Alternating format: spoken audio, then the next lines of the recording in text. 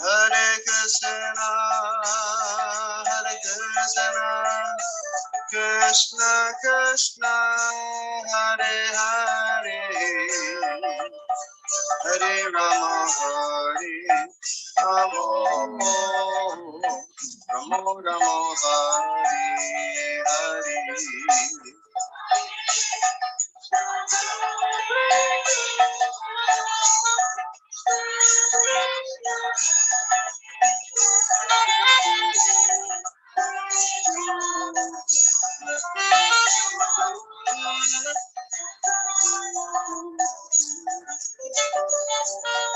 Hare Krishna, Hare Krishna, Krishna Krishna,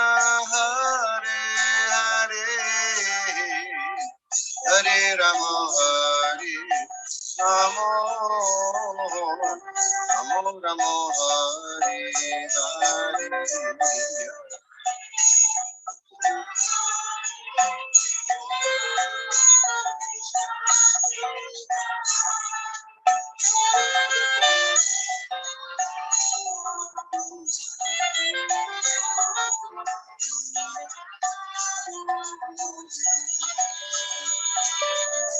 Hare Krishna, Krishna Krishna, Hare Hare, Hare Rama, Hare Rama, Rama Rama, Hare Hare.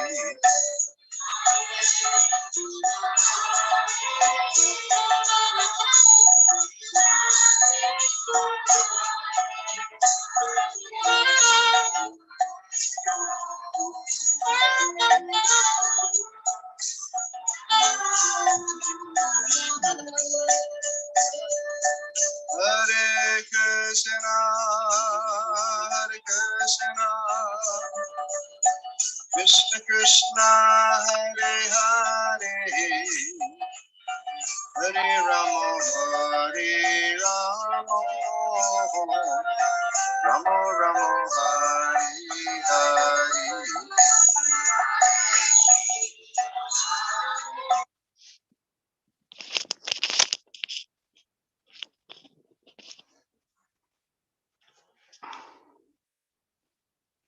Hare Krishna, Guru Maharaj.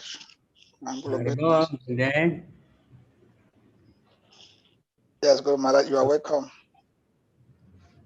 Not so many have shown up yet.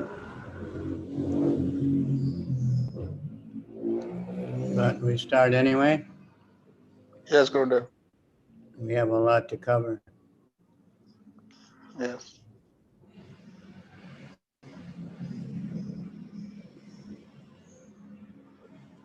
So we're in that Nectar Devotion, verse 2. I don't know, maybe about halfway through the purport.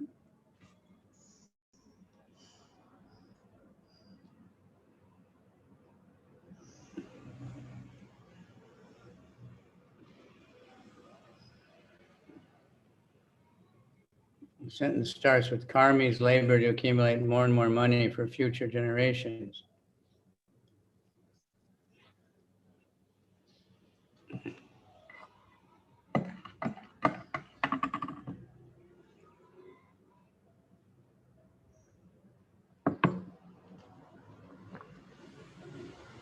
So should I read a bit? Om Agana Timirandasya Vinanjana Shalakaya Chaksuramilitanyena Tasmai Shri Gurave Namaha Shri Chaitanya Manobhistam Stapitam Yena Bhutale Swayam Rupa Kadamayam Dadati Swapadantikam Vandeham Shri Guru Shri Yuta Padakamalam Shri Gurun Vaishnavamscha Shri Rupam Sajajatam Sahagana Raghunathan Vitam Tam Sajivam Sadvaitam Savadutam Parijana Sahita Krishna Chaitanya Devam Shri Shri Radha Krishna Padan Sahagana Lalita Shri Vishakan Vitam Cha Nama Om Vishnu Padaya Krishna Prestaya Bhutale Srimati Bhakti Vedanta Swaminiti Namani Namaste Saraswati Deve Gauravani Pracharine Nirvisesha Shunyavadi Paschatya Desatarine.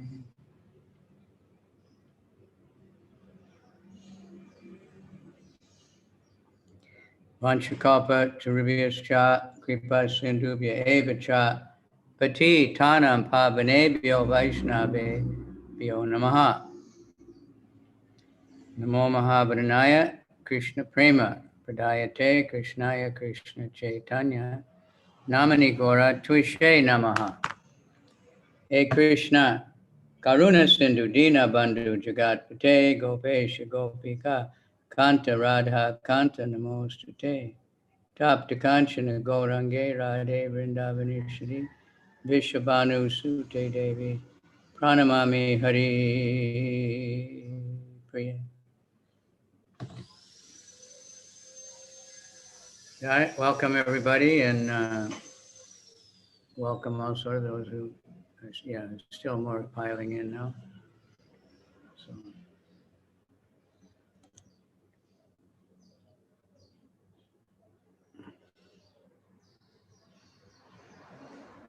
Stephen, hello. You need to get some light in front of your face. And Mr. Das also. You can't see the face. You just look like one of those faceless somethings.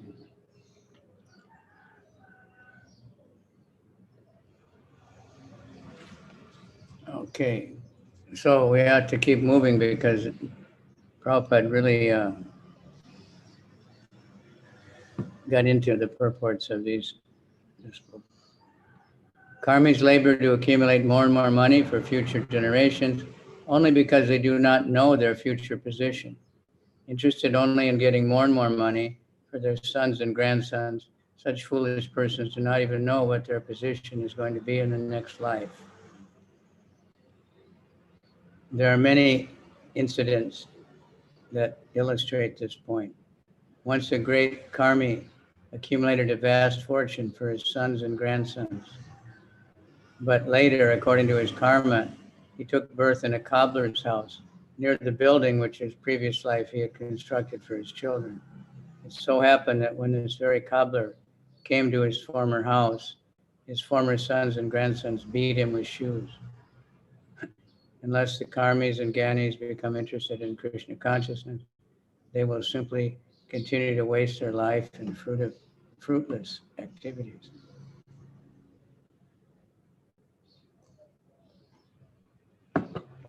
Prabhupada tells many similar stories like that.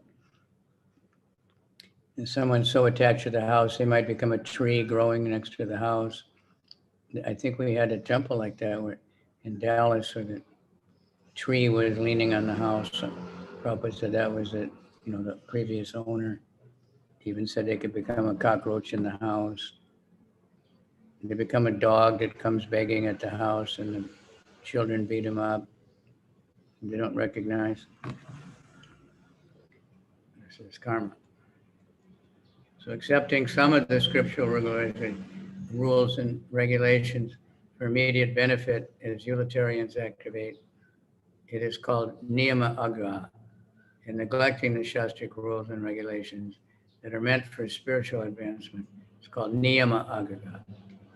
The word agraha means eagerness to accept, and agraha means failure to accept. The only difference is the long or short A at the beginning, and changes the word. Eager to accept and failure to accept. Tricky language. It's very precise though, but by the addition of either of these two words to the word niyama, rules and regulations, the word niyamagraha is formed. Thus, niyamagraha has two meanings. and is understood according to the particular combination of words. Those interested in Krishna consciousness should not be eager to accept rules and regulations for economic development, yet they should be very faithfully accept scriptural rules and regulations for the advancement of Krishna consciousness. They should strictly follow the regulated principles by avoiding illicit sex, meat eating, gambling, and intoxication. One should also avoid association with Mayavadis, who simply blaspheme Vaishnavas, devotees, Bhakti kamis, who are interested in material happiness, and Mukti kamis, who desire liberation by merging in the existence of the formless absolute Brahman, and Siddhi kamis, who desire the perfection of mystic yoga practice, are classified as Atyaharis. To associate with such persons is not at all desirable. So that's now. It comes up often. Well, we have to work, so there's all those kinds of people.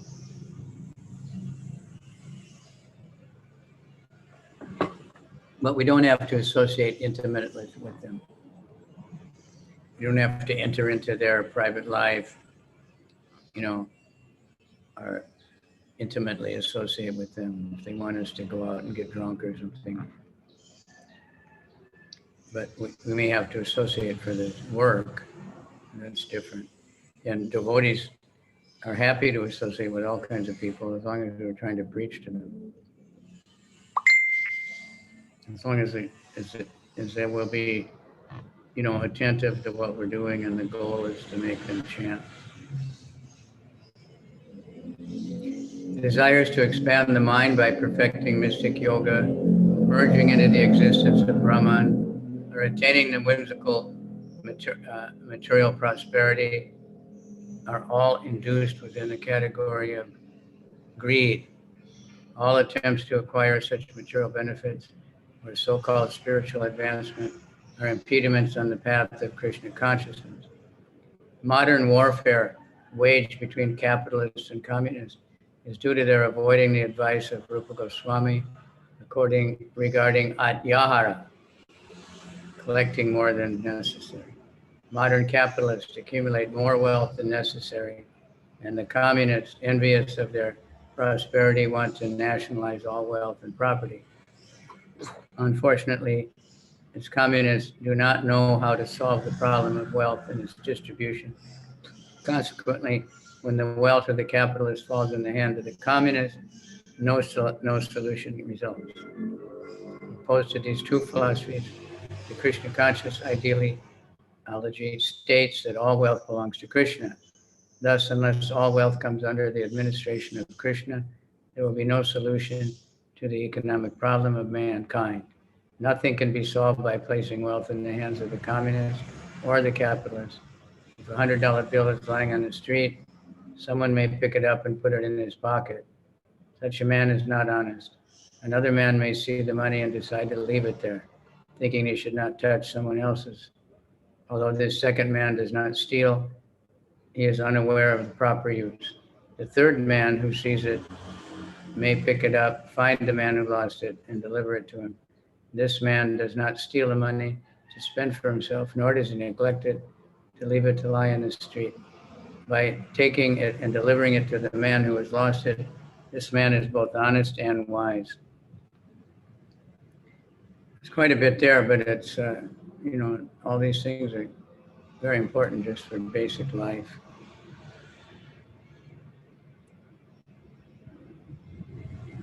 I think we see in Africa, it's quite obvious, and not only Africa, everywhere, more and more, the whole world. A few rich people, they just grab everything. They get power by having money, and they just use that money to get more and more, and they don't care how many people fall by the wayside, how many people they exploit working in their factories or something for so low price.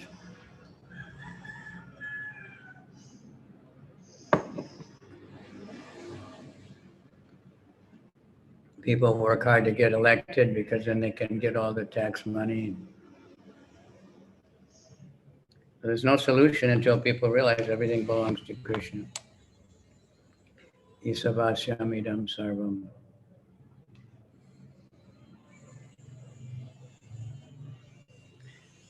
this thing about money lying in the street. Of course, it's not easy to find the person who lost it, but if we make an effort, that's good. You have to be careful. One time I found a lot of money in the street in Tokyo, in Japan, and due to wondering that somebody saw me pick it up, I gave it to the police. They were saying it's very good that you did this, and I was addressed as a devotee, and trying to be honest. And they said if nobody claims it in 90 days, then you can have it. And that was a faraway place where I don't normally go. And I remembered, and it was after the 90 days, the police said, no, we took it. You're late. So the police ended up keeping it anyway.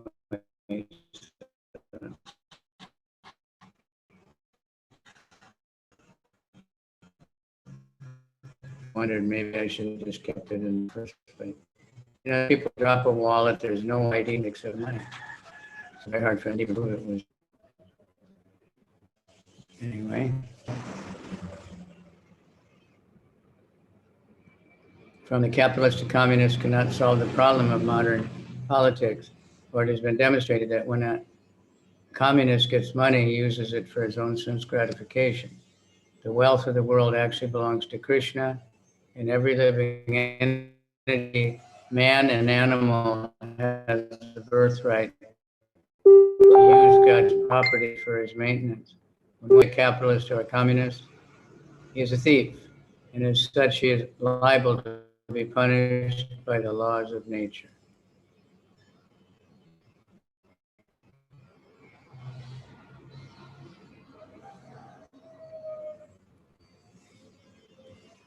The wealth of the world should be used for the welfare of all living entities, for that is the plan of Mother Nature. Everyone has the right to live by utilizing the wealth of the Lord. When people learn the art of scientifically utilizing the Lord's property, they will no longer ideal society can be formed.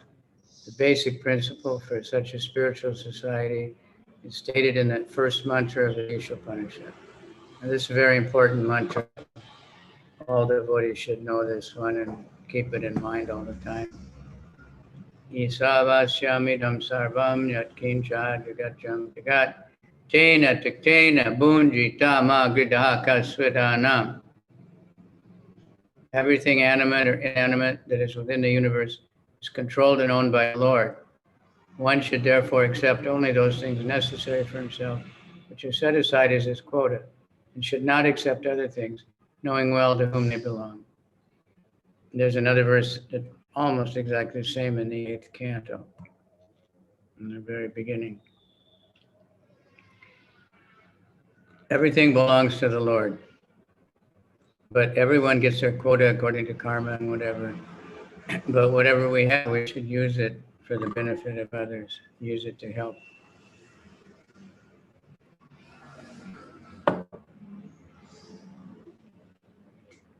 Krishna conscious devotees know very well that this material world is designed by the complete arrangement of the Lord to fulfill all the necessities of life for all living beings without their having to encroach upon the life or rights of another. This complete arrangement affords a proper quota of wealth for everyone according to his real needs, and thus everyone may live peacefully according to the principle of plain living and high thinking. Unfortunately, materialists who have neither faith in the plan of the God or any aspiration for higher spiritual development misuse their God-given intelligence only to augment their material possessions. They devise many systems, such as capitalism and materialistic communism, to advance their material position. They are not interested in the laws of God or in a higher goal, always anxious to fulfill their unlimited desires for sense gratification. They are conspicuous by their ability to exploit their fellow human beings.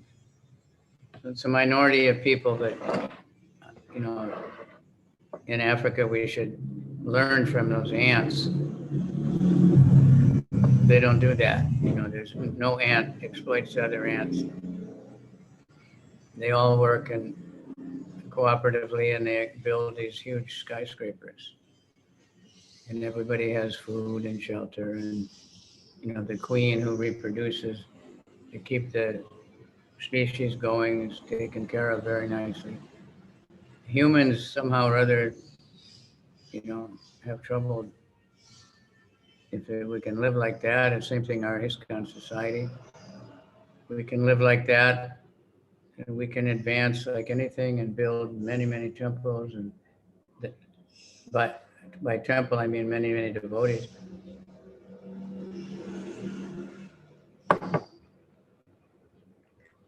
You don't have to have a dedicated building.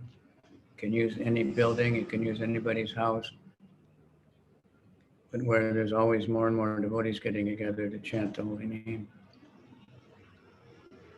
When human society gives up these elementary faults enumerated by Group Goswami, Achahara, Prayasas, Cha, Prajalpa, Niyamagraha, all enmity will cease between men and animals, capitalists and communists, and so forth.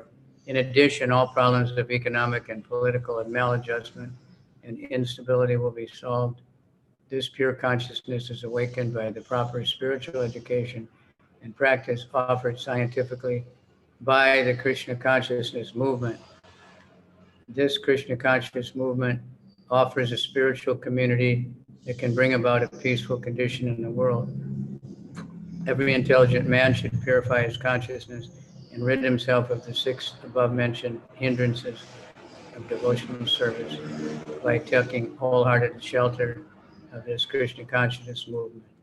So I would like to hear any comments on this verse, especially what we just read. Yeah. Please, I want to ask those of us who are in the Sudra class. We work in companies. Let me use myself as an example. We work in companies, and then alongside our field of work, by what we do, sometimes we are entitled to some bonuses. When you travel, we are given some travel allowances, and then probably after having done or worked on a contract and you are done, the contract some a short amount, the company might even calculate some money for you being the one who went to supervise, but they give you some bonuses aside your monthly salary that you take.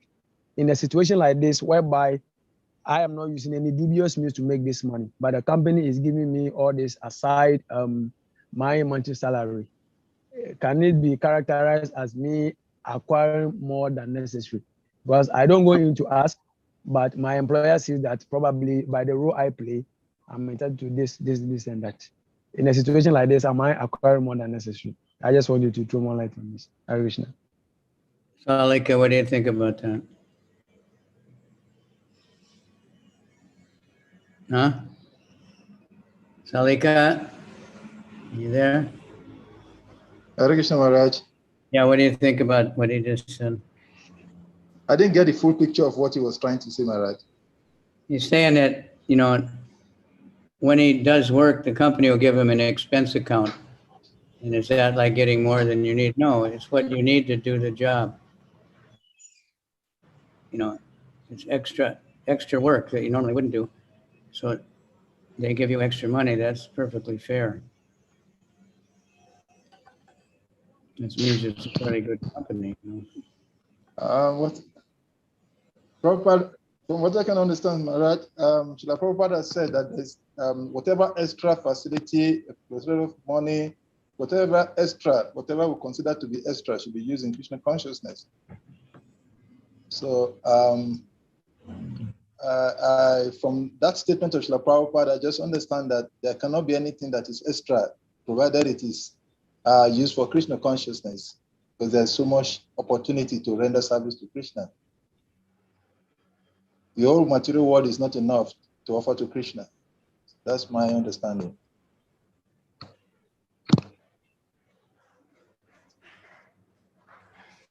Yeah. If you somehow have a lot of extra money, of course, you use it for some kind of preaching, supporting the temple, or distributing some books, or, having a festival.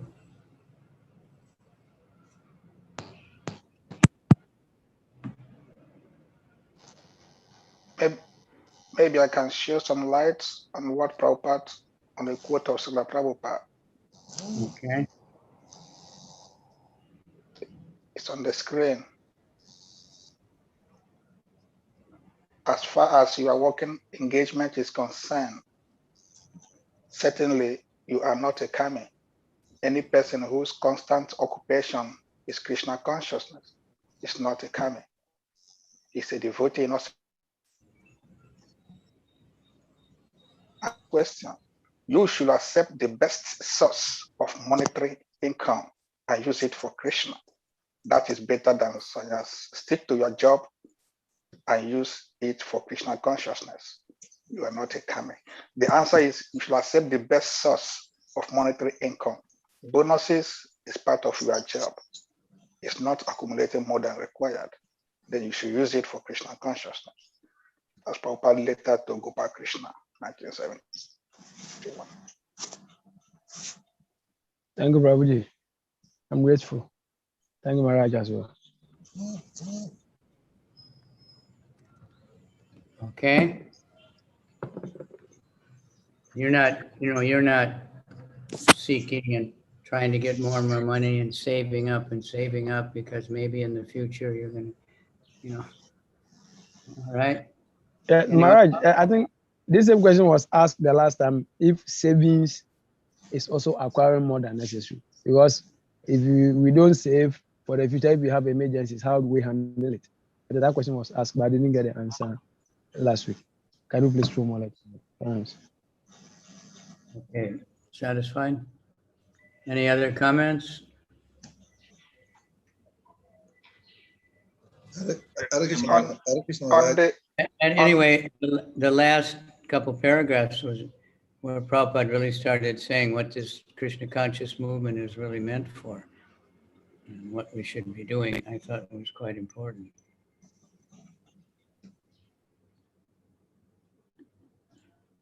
Anybody remember?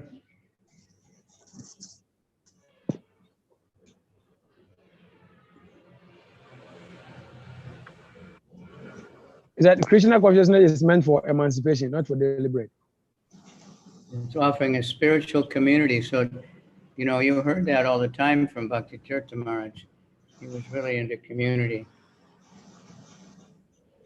And I remember before I was a devotee, or before I tried to become a devotee, I was reading some book about communities or something, because I was thinking at that time there were a lot of communes and they were all hippie, they were all like drug oriented. So I was bewildered. But in this book it said the only communities that survive or have a spiritual foundation. So that stuck with me. Although I didn't know what that meant, I'd never seen a spiritual community, but somehow I decided ISKCON was.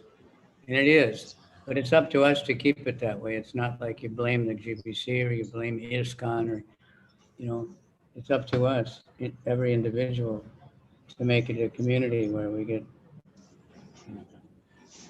where we take care of each other. So we should purify ourselves and get rid of these 6 hindrances to devotional service and take wholehearted shelter of this movement. Think about it. Text number 3.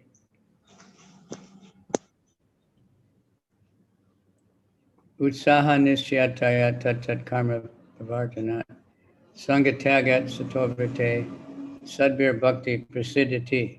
This is the 6 things that are good. Utsahat, by enthusiasm. Everybody repeat, all right? Utsahat, by enthusiasm. Utsahat, by enthusiasm. Nischayat, by confidence. Nischayat, by confidence. Dharyat, by patience. Dharyat, by patience. Tat karma, various activities favorable for devotional service. Tat karma, various activities favorable for devotional service. Pravartanat, by performing. By performing.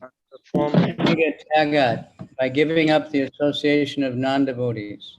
Sangha Tyaga, by giving up the association of non-devotee. Sata, of the great previous acharyas. Sata, of the greatest previous acharya. Vite, by following in the footsteps. By following in the footsteps. Sadbi, by these six. Sadly, by these six. Bhakti, devotional service. Bhakti, devotional service.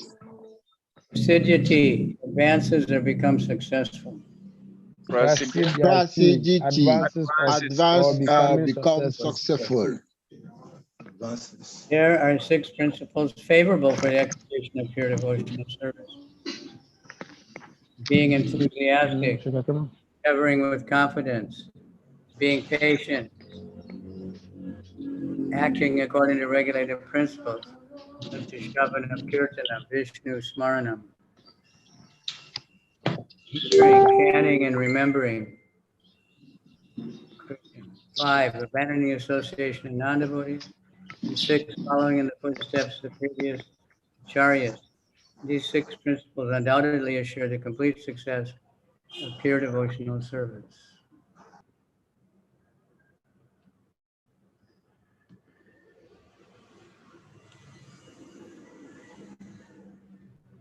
Purport by His Divine Grace A.C. Bhakti Vedanta Swami Prabhupada. Devotional service is not a matter of sentimental speculation or imaginative ecstasy. Its substance is practical activity. Srila Rupa Goswami in his Bhakti Rasamrita Sindhu has defined devotional service as follows. Now this particular verse, I recently read the whole Chaitanya Charitamrita. I didn't count, but this verse is referred to so many times, over and over. Anyabi lasita sunyam gyani karmanyana vritam anukulyena krishnanu shilanam bhaktir uttama. Uttama bhakti, or unalloyed devotion unto the Supreme Personality of Godhead Krishna, involves the rendering of devotional service in a way that is favorable to the Lord. This devotional service should be free from any extraneous motive and devoid of fruit of karma, impersonal jnana, and all other selfish desires. That's what pure devotee is. It's not some mystical thing that you have to be like Narada Muni and be able to fly around the universes or anything, but no extraneous motive and no fruit of karma, no impersonal jnana, no selfish motives. Anybody can be like that no matter what their position is in society or their, their birth or their species or whatever. Anyone can be like that. It doesn't require to be a Brahmin or be any development. As soon as we say cultivation, we must refer to activity. Cultivation of spirituality does not mean sitting down idly for meditation, as some pseudo-yogis teach. Such idle meditation may be good for those who have no information of devotional service, or for this reason, it is sometimes recommended as a way to check distracting materialistic activities, at least for the time being.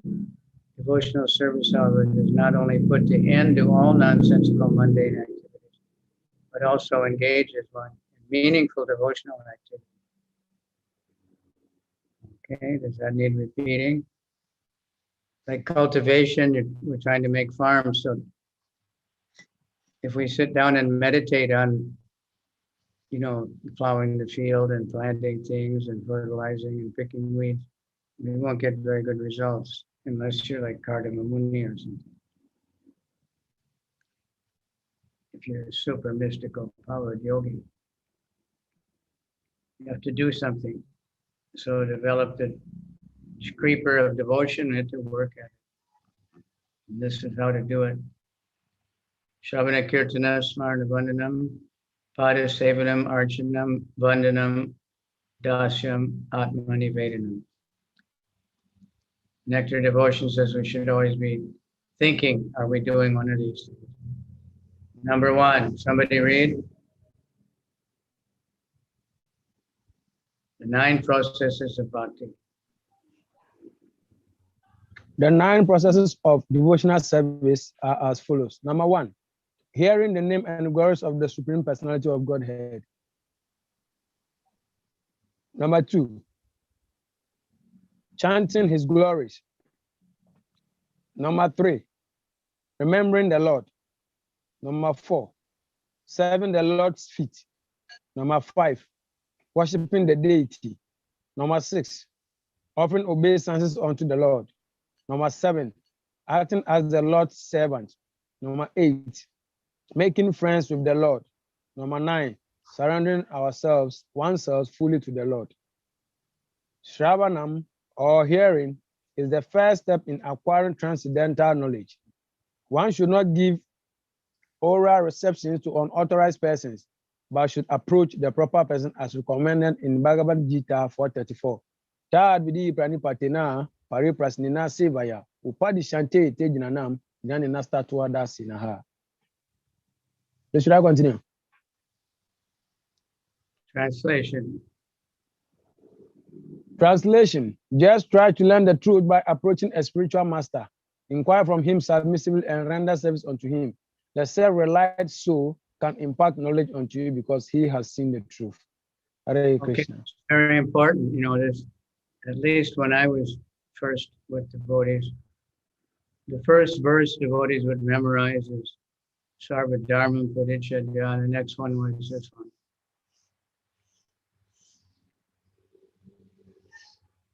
And Prabhupada, you have to approach the spiritual master, but then you have to inquire submissively. That means you're ready to hear what he says and accept it.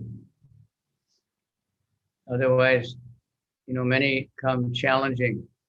They won't get close to the spiritual master. They won't make progress. And render service. Inquire submissively. There's a very nice conversation with Prabhupada with this Dr. Patel in Juhu Beach. Dr. Patel was Prabhupada's age, and he knew Bhagavad Gita quite a bit, but the devotees asked Prabhupada, is he a Mayavadi? Prabhupada said, well, he's kind of like not exactly anything. But he was one of these typical, they like to just argue about Bhagavad Gita. So he was always, whatever Prabhupada said, he would blast off with his idea. Prabhupada was getting frustrated. He said, you have to be submissive. And the doctor said, I am submissive. Prabhupada said, no, you're not submissive. Yes, I am. No, you're not. Like that. Finally, Prabhupada said, all you do is argue. He said, I don't argue. Prabhupada said, yes, you do. He said, I don't. Yes, you do. Finally, he said, oh, yeah, you're right. And he actually changed. Submissive. Then the spiritual master will give you all blessings. The super soul will give you all blessings. And render service. Submissive person renders service because usually you'll be asked to do some service, whatever it is, even if it's just to read the book. It is further recommended in the Mundak Upanishad, Tad Viganartam Sagurum Eva Vigachat. To understand that transcendental science, one must approach a bona fide spiritual master. Thus, the method of submissively receiving transcendental knowledge is not merely based on mental speculation. In this regard, Chaitanya Mahaprabhu told Rupa Goswami. Okay, somebody read it? Krishna Maharaj. But I want to ask a question. Okay. In the translation for the Bhagavad Gita 4:34, in the Gita, the later part of it that says, the self-relied souls. In the Bhagavad Gita, it is the word souls. There's an S. But what we just read here, the self-realized soul, is there any significance in the changes here? In the Bhagavad Gita says the self-realized souls can impart knowledge onto you. But in the Nectar of Instruction, said the self-realized soul can impart knowledge. Is there any significance or any reason for that? Hare Krishna. Yeah. I guess the Nectar Devotion, this book was not edited or looked. So the original Bhagavad Gita said the self-realized soul. And many things were there. But that indicates like there's only one self-realized soul. So it was changed to souls. Some people don't understand that. They think it's changed in Prabhupada, but Prabhupada, we don't know what Prabhupada said because so many other people. But there are many self-realized souls, not just one. More, you know, we used to think there's only one guru, only Prabhupada. Prabhupada said, no, there's so many. But for us, there's only one. But there's many self-realized souls. They may not be, they can guide you, they can teach you about Krishna. All right? Okay, Maharaj. Thank you. Hare Krishna, Maharaj. Yeah. I just wanted to confirm where Rasal Vilas Prabhu is reading from, because the Bhagavad Gita I have with me and the Nectar of Instruction both use S at the end of the soul. So The newest Bhagavad Gita also souls. the Bhagavad Gita I have here is showing souls. Souls with an S. I don't know what. Souls with S. But in the, what's the name? Nectar of Instruction, you can see here, I don't have anything to share. I'm telling you because when the Nectar of Instruction was done, it was a long time ago, and they used that from the original Bhagavad Gita that said only soul. The first. And then it got changed because there's more than one self-realized soul.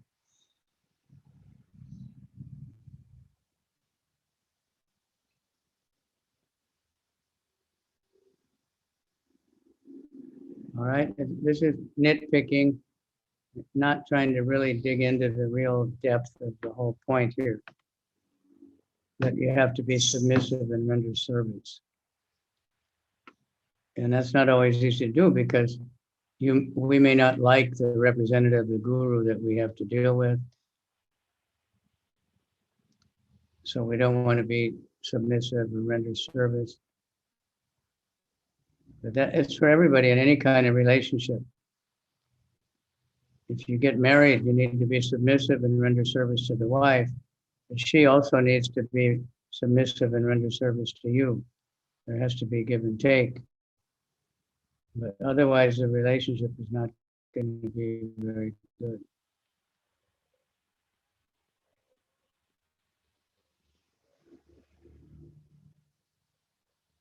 Okay?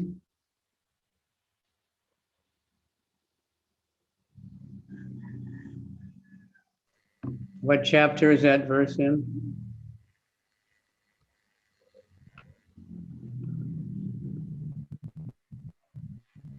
In 434.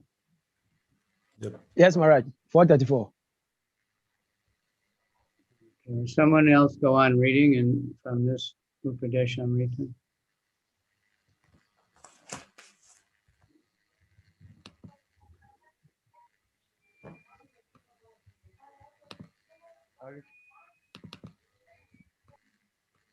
Hare Krishna Maharaj.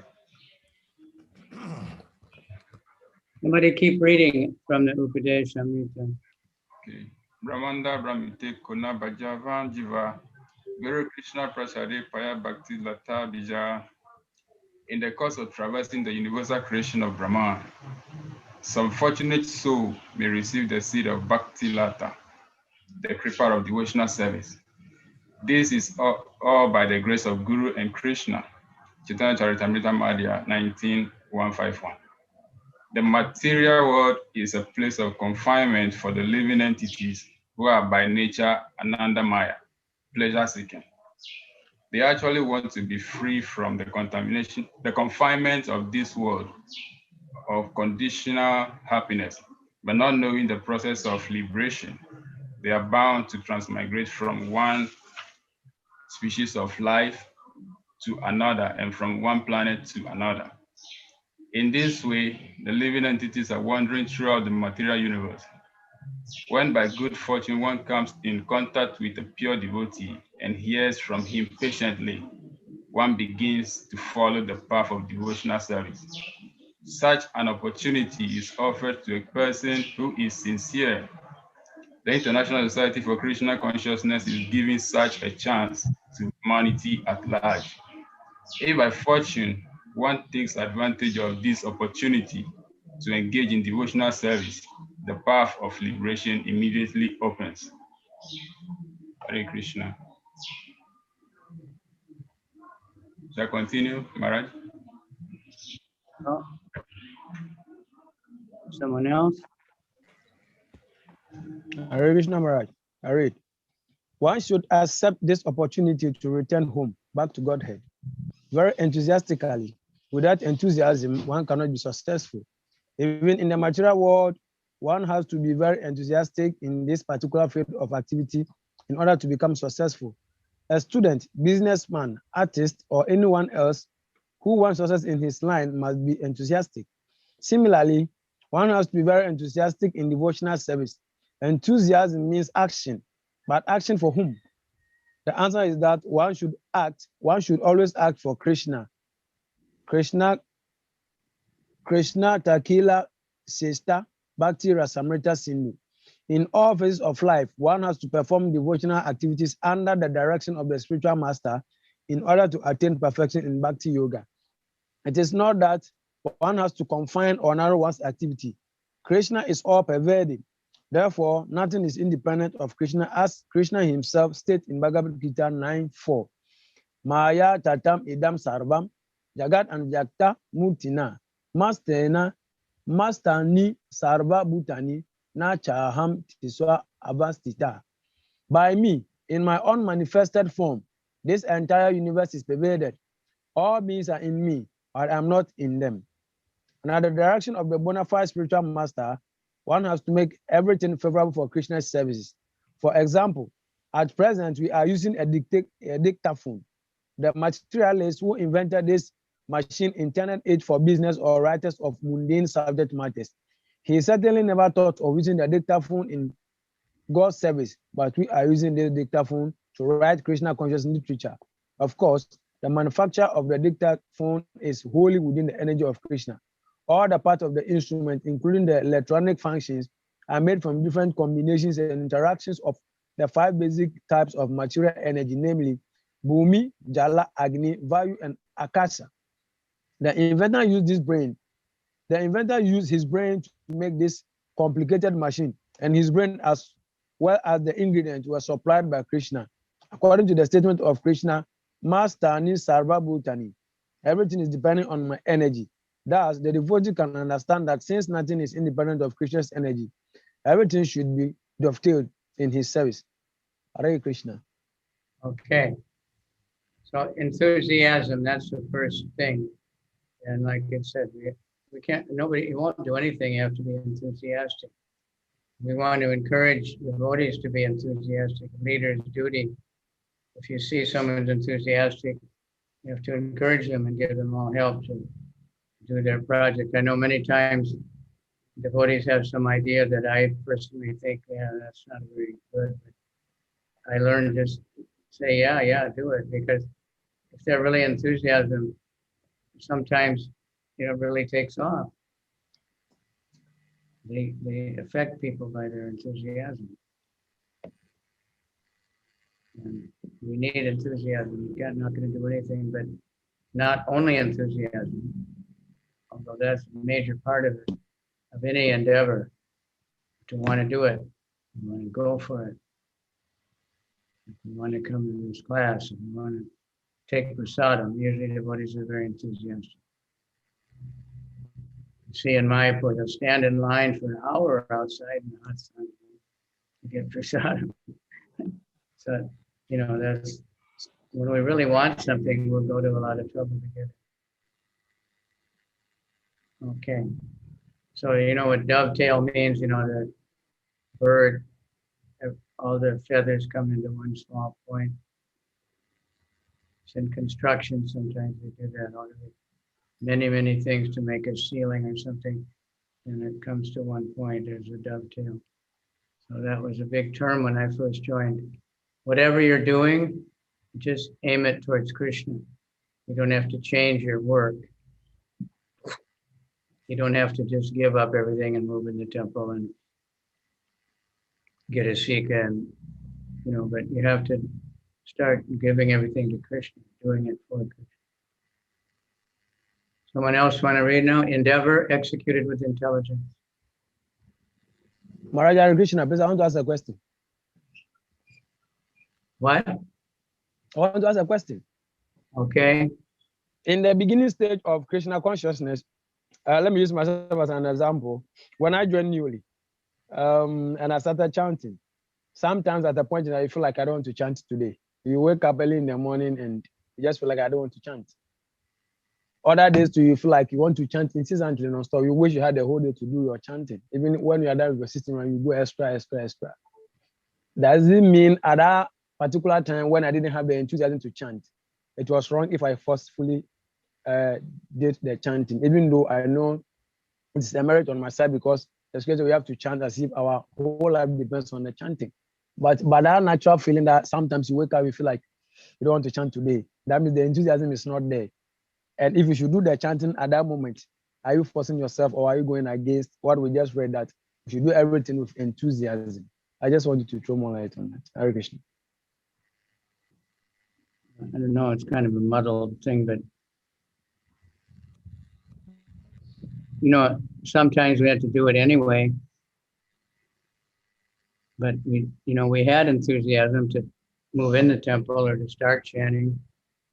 But moods change, things go up and down. We get sick or we feel bad or something went wrong. But we have to keep doing it until we get purified. You have to understand that. So that's what comes later in this verse. Endeavor and executed with intelligence in Krishna consciousness is called utsaha, enthusiasm. The devotees find the correct means by which everything is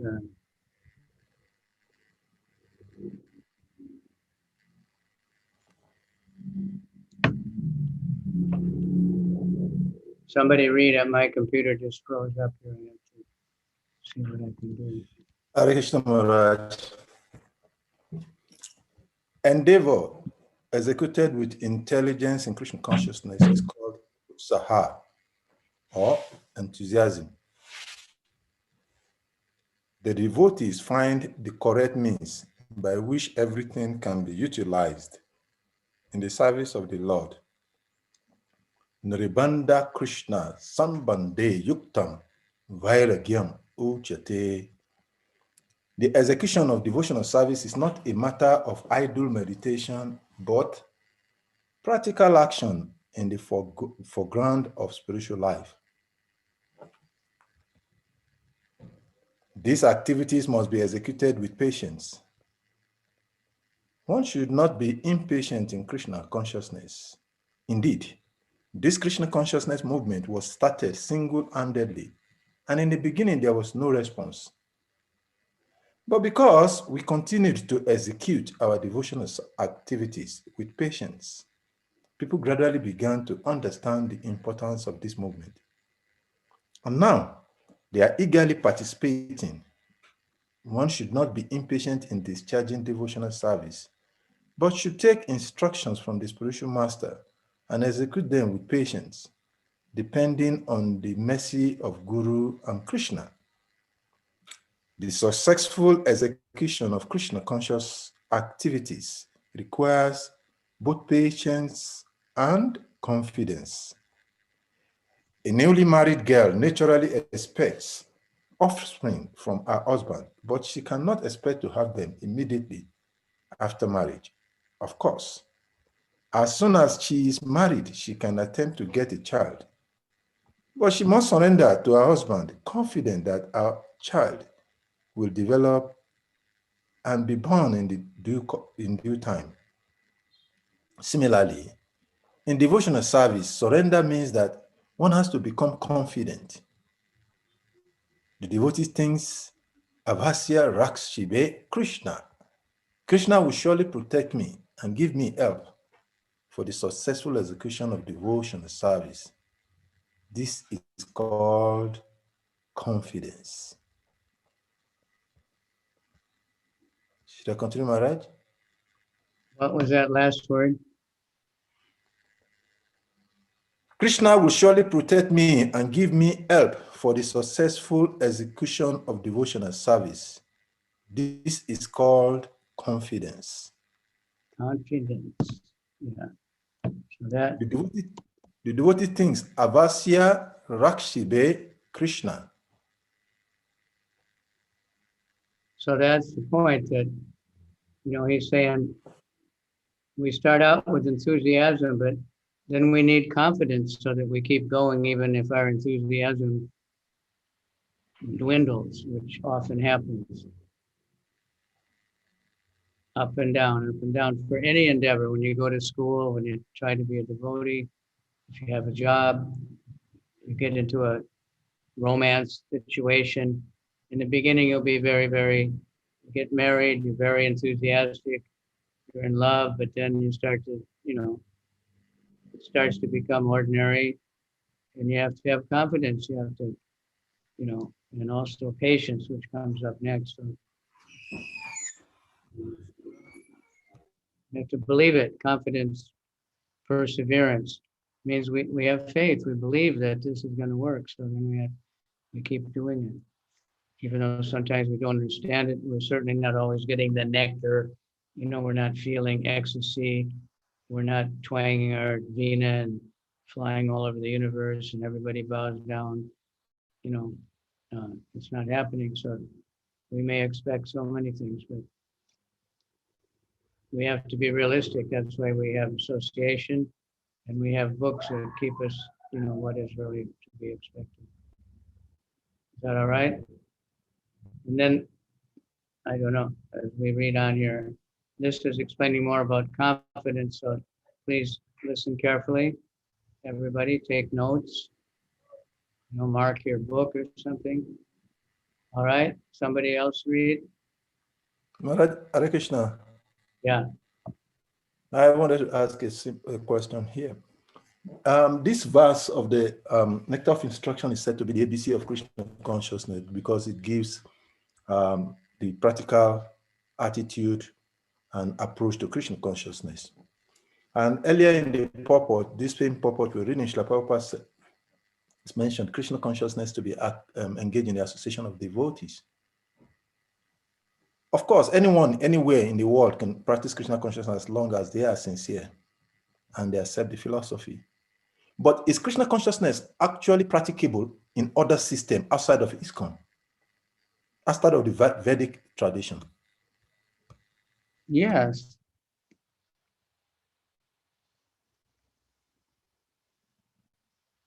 There are people in other sampradayas that are practicing, and even Christians they don't say Krishna, but there are Christians who are very serious and they're practicing love of God. It's a different level, maybe they don't have it, but they have faith. They're trying to love God, trying to, in whatever way they know, to serve society. But exactly the way Prabhupada is teaching it, we won't find, I don't think, anybody, exactly following that.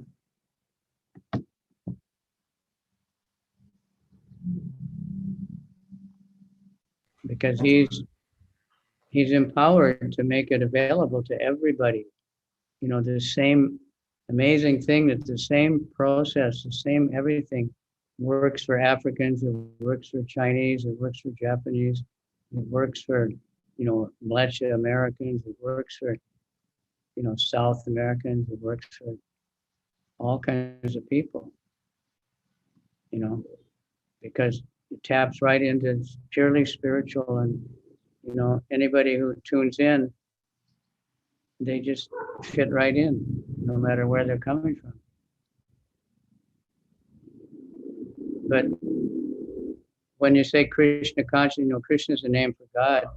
So there are people practicing, so many people all over, in different sampradayas in India. They're very strict people. They may be worshiping Vishnu or Rama, but they're practicing, but not exactly like we do. But they're thinking of Krishna. They're trying to worship Krishna. Okay? Thank you, Maharaj.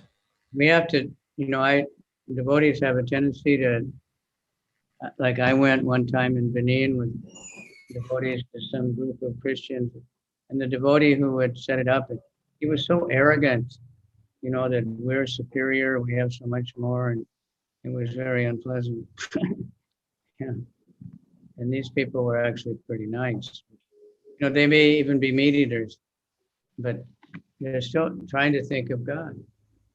And they're getting purified, they'll make advances. We have to, by our good behavior, attract them. I just read a little thing from Bhakti Tirthamaraj. We want to behave very nicely so that people respect us for our honesty and integrity and good behavior. Not that we just push some philosophy on them that is superior to theirs, which it is, but practice makes perfect. Okay? Engagement in devotional service to the Lord. Somebody read. Hare Krishna. Hare Krishna, Maharaj. Are you hearing me? Yes, go ahead.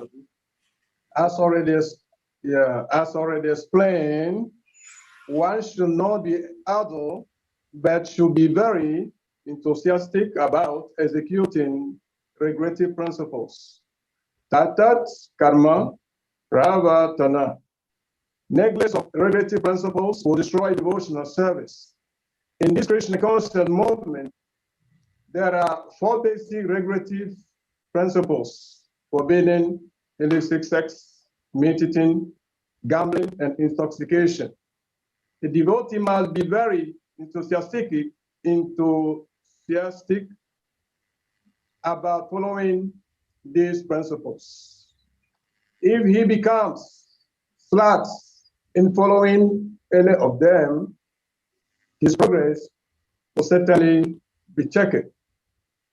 Srila Rupa Goswami therefore recommends that karma pravartana. One must strictly follow the regrettive principles of Vaidhi Bhakti.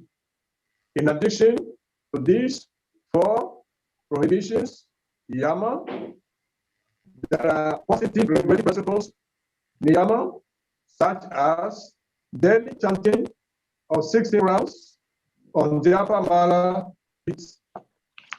This chanting of the 16 rounds on Japa Mala beats, these regrettive activities must be faithfully performed with enthusiasm. This is called that karma pravartana, or various engagement in devotional service. I should continue. Hare Krishna, can I continue? I should continue. Yeah. Okay. Furthermore, in order to be successful in devotional service, one must give up the association of undesirable people. This included Kami, Gyani, Yogi, and other no devotees. Once Sri Chaitanya Mahaprabhu was asked by one of his householder devotees about the general principle of Vaishnavism, as well as the general routine activities of the Vaishnava, and Sri Chaitanya Mahaprabhu immediately replied, Asatat Sangha Tyaga, a Vaishnava Achara.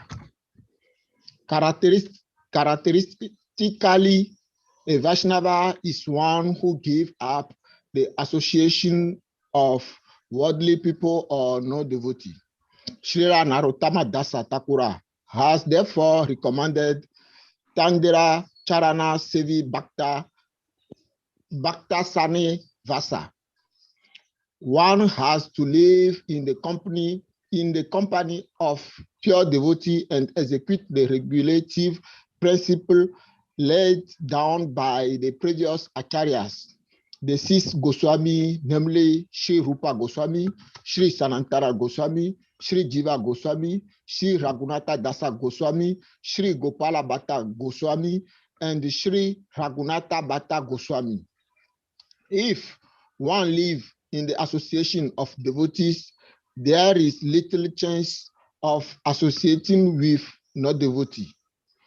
The International Society of Krishna Consciousness is open many centers just to invite people to live in the company of devotee and practice the regulative principle of spiritual life. Please, Maharaj, can I continue? Hare Krishna. Yeah. Maharaj has stood up. Okay, all right. Okay, I can continue. Okay, devotional service mean transcendental activities. Unless somebody has some kind of question. Okay. Yes, Maharaj. I have a question. In a portion where it is stated, Okay. in order to be successful in devotional service, one must give up the association of undesirable people. In our day-to-day activities, probably even in our workplaces, in the quest to expand Krishna consciousness or sharing with other people what we have come across, we encounter these people.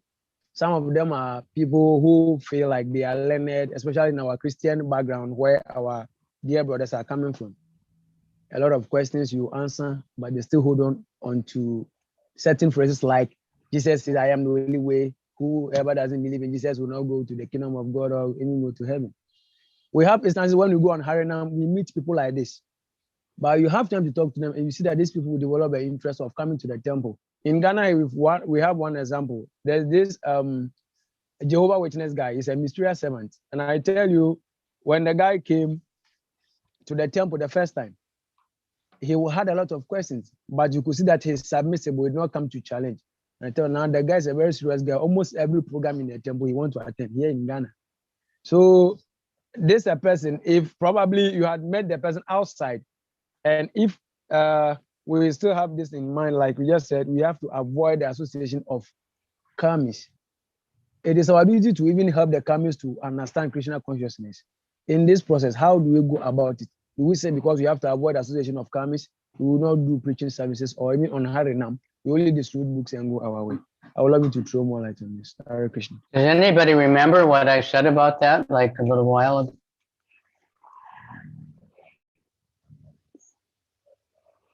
Huh? I explained that exactly a little while back. Anybody remember?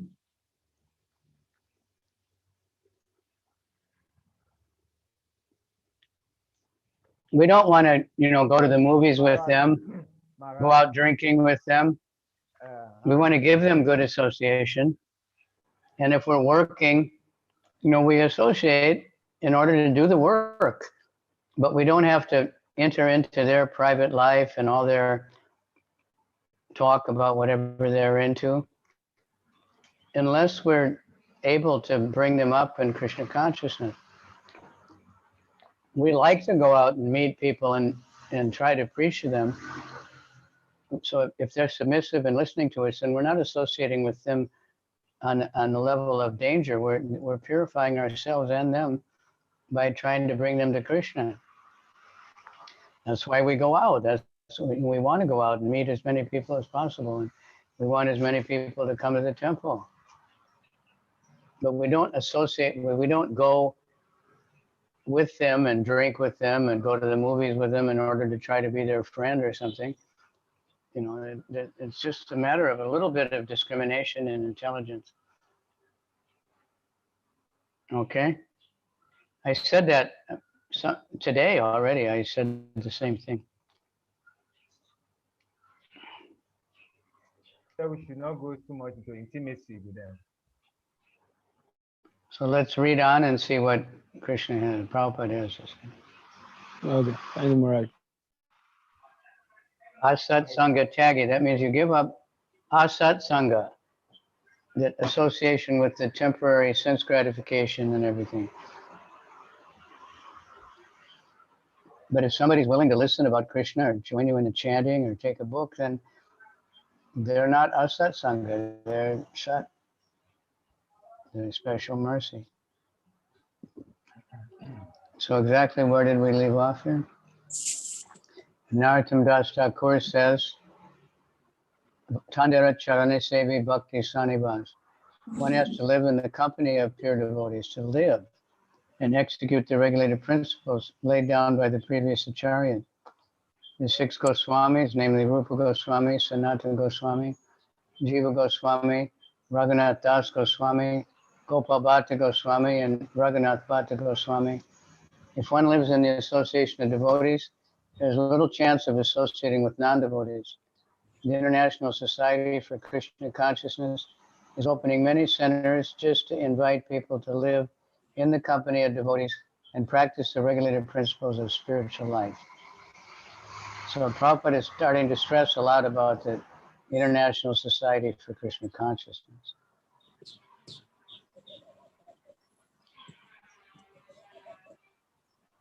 This is what we're supposed to be doing. What we're trying to do is make it available for all kinds of people that somehow get a little mercy. They can come and chant and get a book or talk to devotees. We don't invite them to the temple to talk about their mundane life and their sense gratification like they talk about.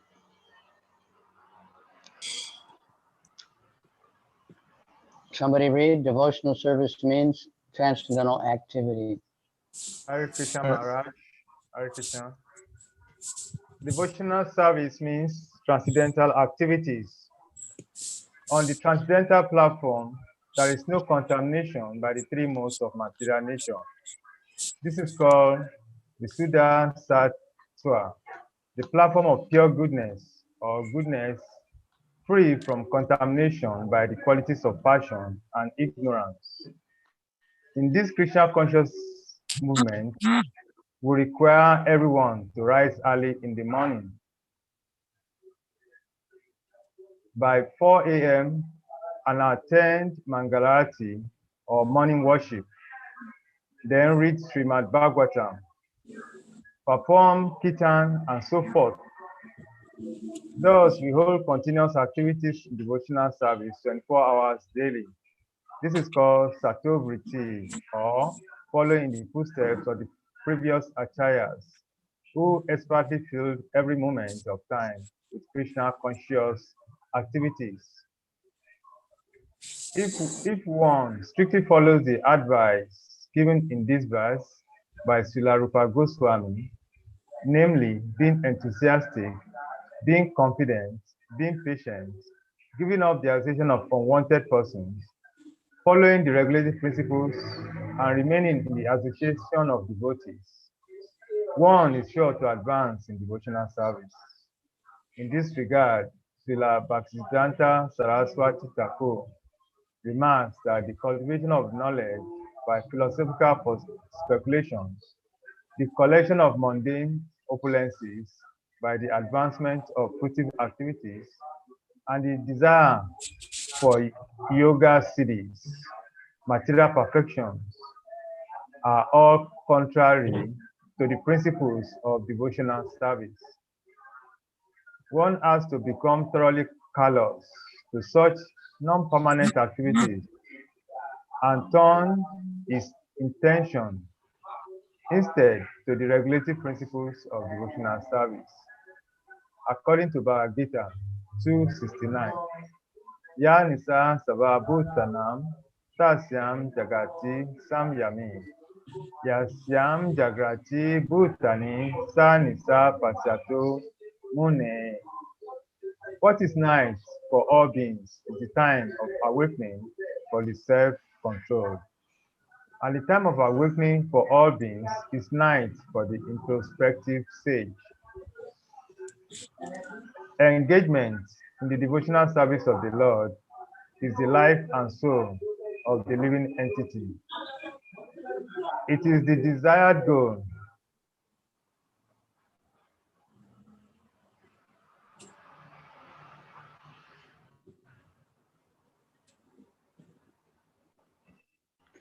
What happened?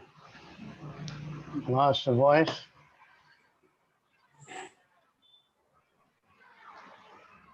Okay. It's like we lost him because of connection. Devotional service, such as mental speculation, Okay, where did he will leave never off? yield any enduring benefit. Where did he leave off? What was the last word? It is a desired goal and supreme perfection of human life. One has to become confident about this. And one also has to be confident that all activities other than devotional service, such as mental speculations, fruitive work, or mystic endeavor, will never yield any enduring benefit. Hare Krishna.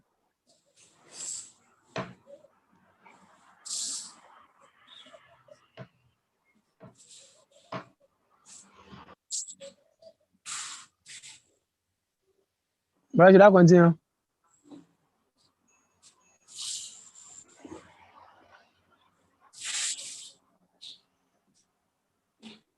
Hare Krishna Maharaj. Yeah. Should I continue? Okay, let me read some. I see we have one Mataji, Dayarupa. Would you like to read, Mataji? Quite brave to join a group of all men.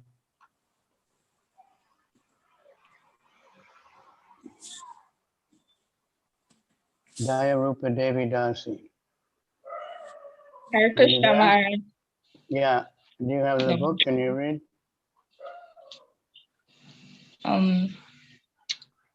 It is further stated. You start from complete confidence in the path of devotional service. Page 40.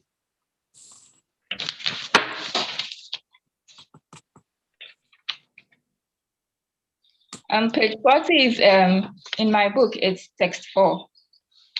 So. Oh, sorry.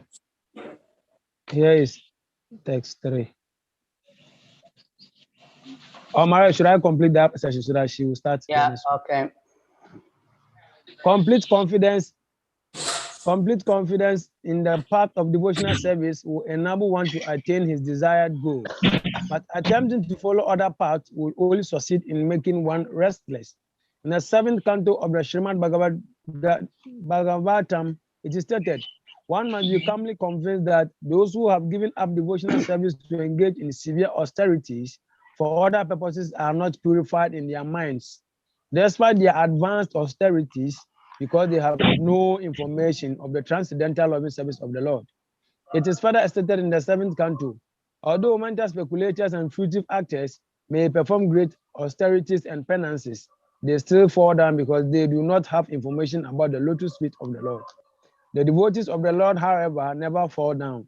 In Bhagavad Gita 9:31, the Supreme Personality of Godhead assures Arjuna, Konteya Pratijanani Nama Bhakta Pranasyati. O son of Kunti, declare it boldly that my devotee never perishes. Again, in Bhagavad Gita, text 2, chapter 2, text 40, Krishna says, Nehabi Krama Nasosti Pratya Vayo Na Vidyate Swarpam Api Asya Dharmasya Trayate Mahato Bayat. Translation: in this endeavor, there is no loss or diminution, and a little advancement on this path can protect one from the most dangerous type of fear. Devotional service is so pure and perfect Stop that... there a minute. That's a very important verse. The Prabhupada refers to many times, sometimes not without quoting it, but there's no loss or diminution. Whatever you do for Krishna consciousness, even if you fall down in this life, you can pick up wherever you left off. Everything is kept. It's not lost like material things. Material gain you make in this life and the next life, it's gone. But the spiritual gain, whatever you do, even a little endeavor, protect you from the dangerous type of fear, which means falling into the animal species. So this whole long section is about confidence, being convinced that this is the right thing, because at first we're very enthusiastic, maybe no substance to our enthusiasm. We may be motivated in so many ways, but gradually, in order to keep going, we have to become convinced that this is the real deal. This will get us back to Godhead, no matter how much it doesn't seem so easy, or it seems like it's taking forever. But if we keep aware of how many millions of lifetimes we've been in this material world, one lifetime is not very much. Okay. Mataji, can you find this one? Devotional service is so pure.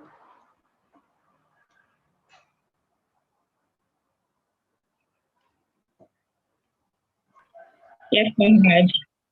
Devotional service is so pure and perfect that once having begun, one is forcibly dragged to ultimate success. Sometimes a person will give up his ordinary material engagements and out of sentiment take shelter of the lotus feet of the Supreme Lord, and thus begin the preliminary execution of devotional service. Even if such an immature devotee falls down, there is no loss in his path. On the other hand, what is the gain of one who executes the prescribed duties according to his varna and ashram, but does not take the devotional service? Although a fallen devotee may take his next step in a low family, his devotional service will nonetheless resume from where it left off. Devotional service is ahaituki apratihata. It is not the effect of any mundane cause, nor can it be terminated by any mundane cause or permanently curtailed by any material interruption. Therefore, a devotee should be confident about his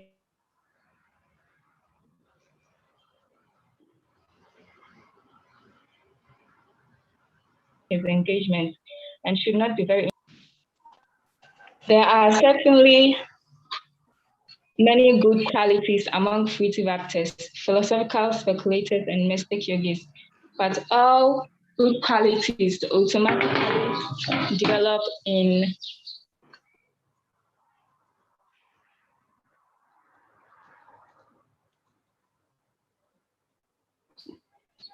no extraneous endeavor is needed, as confirmed by Srimad Bhagavatam, Canto 5, Chapter 18, Text 12.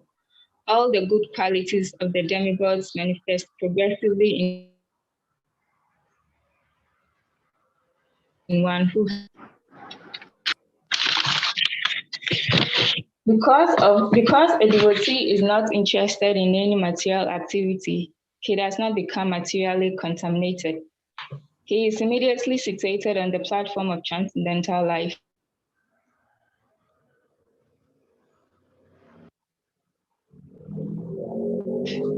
However,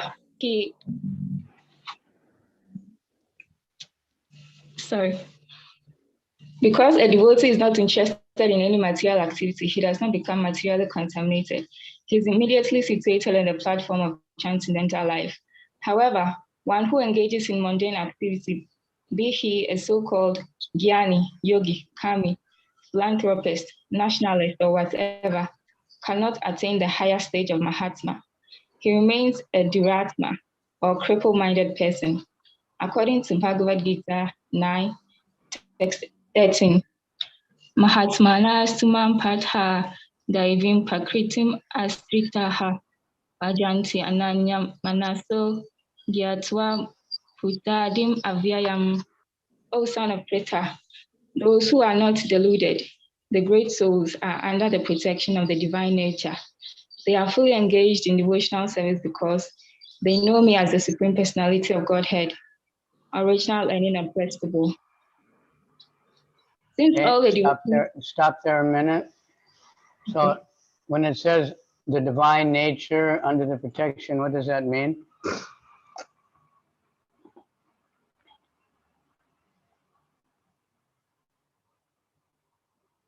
What does that mean?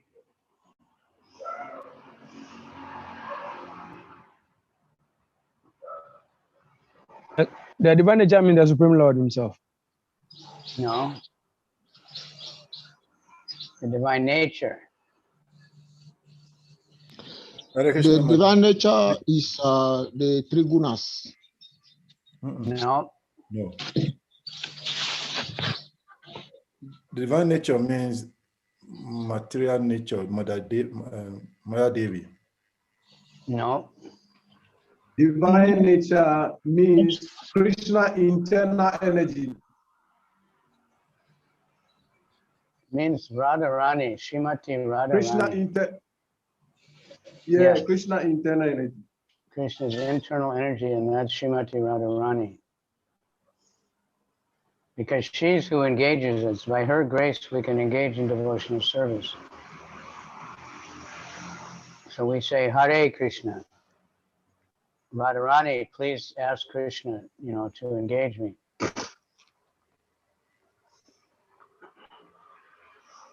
All right, so we got a lot of answers, but incomplete. They're all true to some extent because Durga is an expansion of Radharani, but the devotees are directly under Radharani. And of course, we're under Lord Chaitanya, who's also Radha and Krishna combined, making himself much more available than ordinary. All right? And remember that. That's why we chant Hare Krishna. Hare Krishna. Hare is Radha. We don't chant Radhe, Radhe, Radhe because Radha likes to hear the name of Krishna.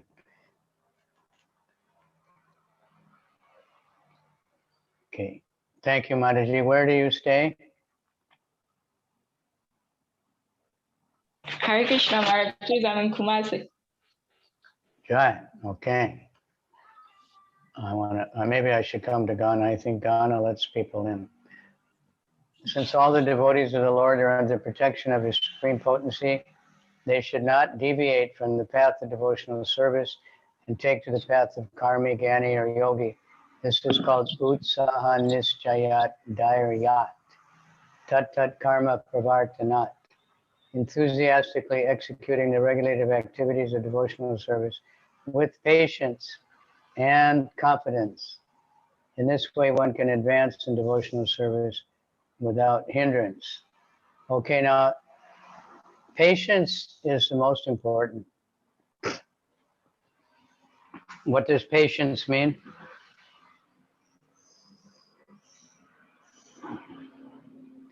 Who can say? Patience means having a waiting spirit to the end. Yeah, to be patient. You first, if you're confident, okay, I keep doing this, but the result will come when Krishna gives it, So if we're enthusiastic and we're working really hard, but we're impatient and we think I didn't get what I wanted quick enough, this doesn't work, or somebody cheated me and, I'm in a hurry, then we'll fail in any endeavor. So the patience is also means tolerance. In Sanskrit, the word is chama, I think. I'm just looking in the dictionary. Patience, the capacity to accept or tolerate delay, trouble, or suffering without getting angry or upset. So we all need to work on that, I think, right?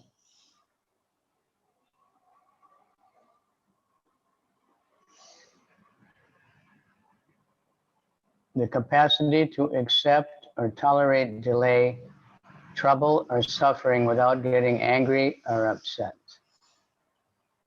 Like if you're a teacher, if you're married, you know, the children, they don't always go like as fast as we want. The wife's not ready or something happens. So if we get angry or upset, we're not patient, we're not tolerant.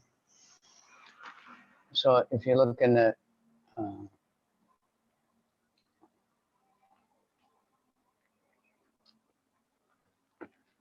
thesaurus, tolerance is a word that means the same thing. Fortitude, endurance, equanimity, which Krishna stresses over and over again, understanding, lenience, kindness.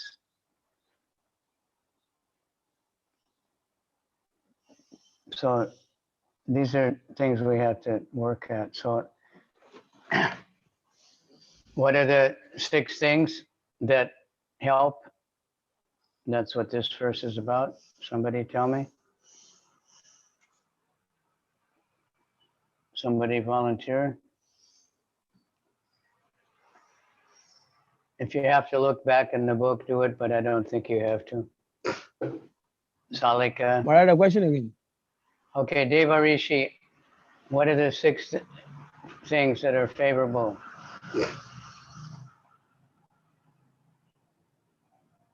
Are you there? Or just a picture? Okay. Being Who's that? endeavoring with confidence, being patient, acting according to regulative principles, and remembering Krishna. Giving up the association of non-devotees, right? Yeah. Or associating with devotees. Associating with devotees.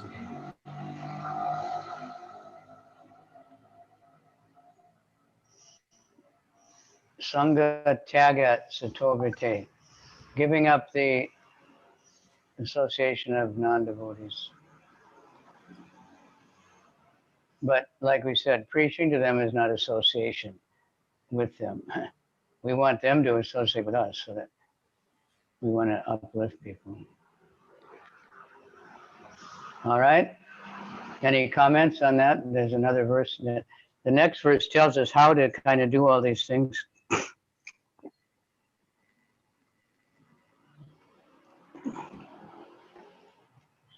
Text number 4 is very nice.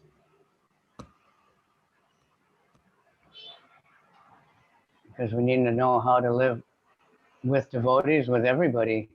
You know, there's different ways to relate to people. Okay, are you ready? Everybody? Any comments or questions on verse 3?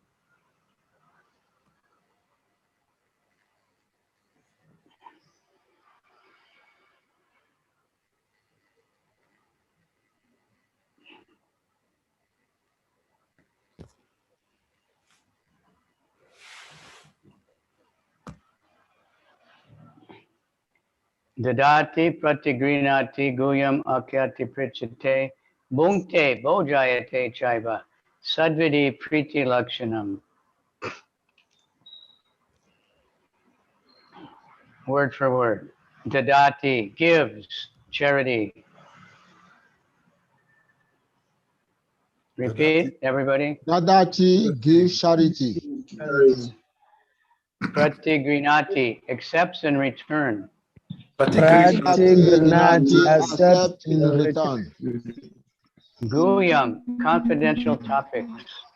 Guyam, confidential topic. Akyati, explains. Akyati explains. Prichati, inquires. Prichati inquires. Bhunkte, eats. Eat. Bojayate, feeds. Bojayati feeds. Cha, also. Cha also. Eva, certainly. Eva certainly. Sat vidam, 6 kinds. Sat vidam, 6 kinds. Preeti of love. Pretty. Pretty of love. Lakshanam, the symptoms. Lakshana, the symptoms. Okay, somebody read it? Offering gifts in charity, accepting charitable gifts, revealing one's mind in confidence, inquiring confidentially, accepting prasada, and offering prasada are the 6 types of love shared by one devotee and another. Okay. Sounds really simple, but it's very, very deep.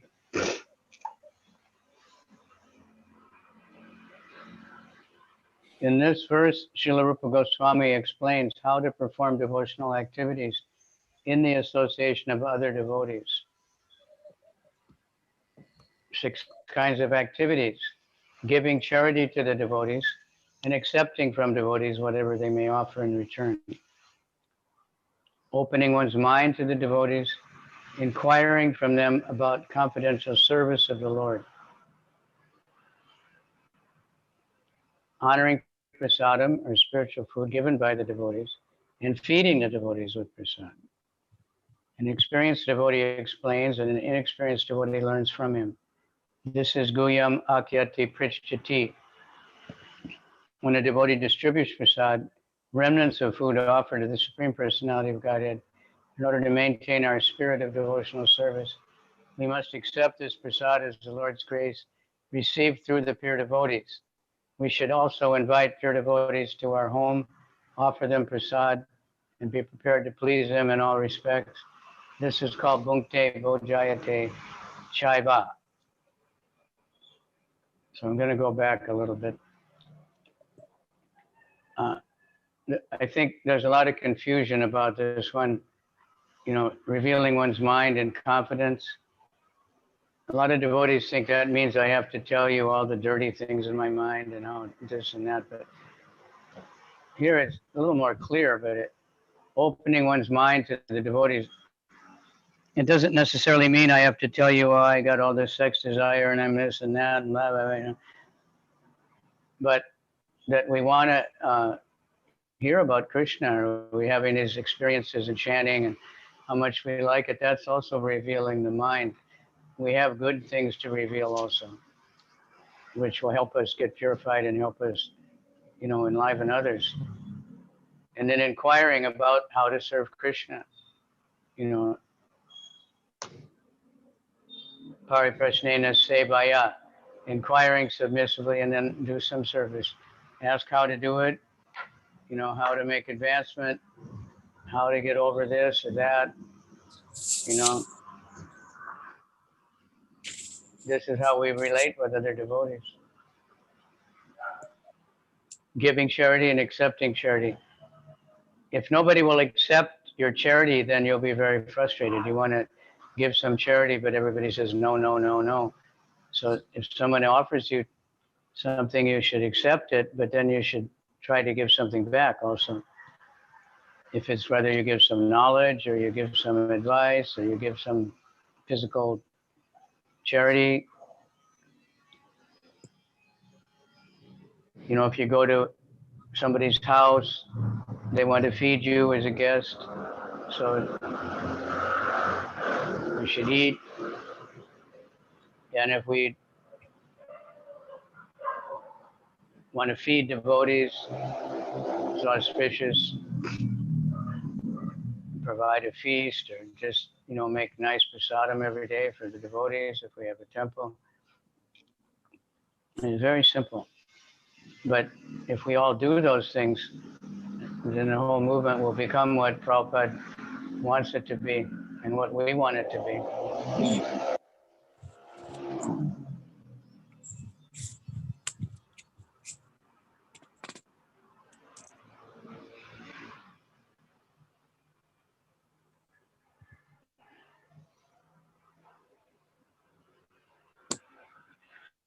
Okay, next paragraph is even in ordinary social activities. Who can read that? Hare Krishna. Somebody that didn't read before. Okay. Even in ordinary sexual activities, these types of dealings between two loving friends are absolutely necessary. For instance, one businessman wishes to contact another businessman. He arranges a feast in a hotel, and over the feast, openly expresses what he wishes to do. He then inquires from his business friend how he should act. And sometimes presents are exchanged. Thus, whenever there is a dealing of pretty or love in intimate dealings, these activities are executed. In the previous verse, Srila Rupa Goswami advised that one should renounce worldly association and keep company with the devotees. Sangha Tyagat Sakto Vrite. The International Society for Krishna Consciousness has been established to facilitate these 6 kinds of loving exchanges between devotees. This society was started single-handedly, but because people are coming forward and dealing with the give and take policies, the society is now expanding all over the world. We are glad that people are donating very liberally to the development of the society's activities. And people are also eagerly accepting whatever humble contribution we are giving them in the shape of books and magazines dealing strictly with the subject matter of Krishna consciousness.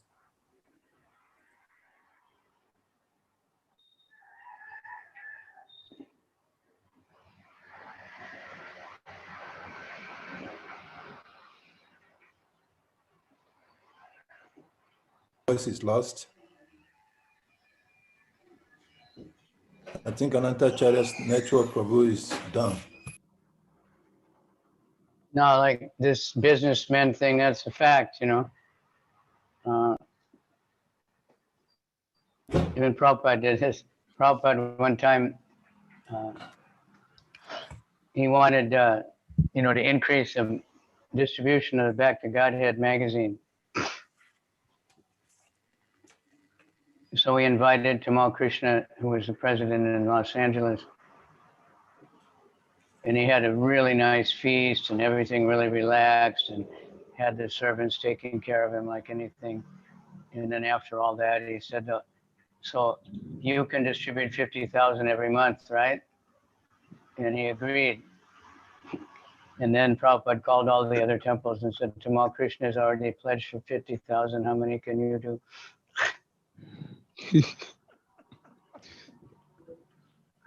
And that's why we want to have really nice prasadam when guests come, for the devotees also, if we're running the temple.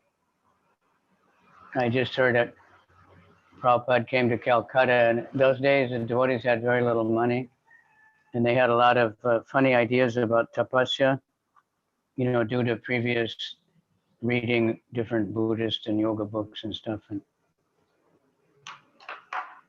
Prabhupada called Jayapataka Maharaj in and said, why does your skin look green? You know, you're not eating properly. All the devotees are skinny and weak, and they're not eating properly, and this is no good. You have to go every day to the market and get so much paneer, and every devotee gets a certain amount of paneer every day. Prabhupada gave that order. Feed everybody very nicely. And when we have a Sunday program, you know, very nice prasadam, something that people aren't going to get just anywhere. Then we attract a lot of people. Just make sure it's prasadam and it's cooked with devotion.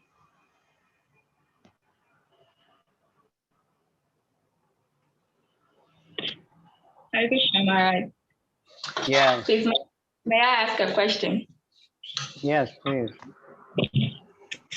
In the previous reading, it was stated that you should give charity and receive charity. So, assuming that I give some charity, is it okay for me to think, okay, assuming that I receive some charity from someone, it's very nice to also think, okay, I have to give something in return. So what about if I give some charity to somebody? Is it okay to have this kind of thought, like, okay, I'm also waiting, what do you have to give me in return? Is it okay to have that kind of thought? Now that's the mode of passion.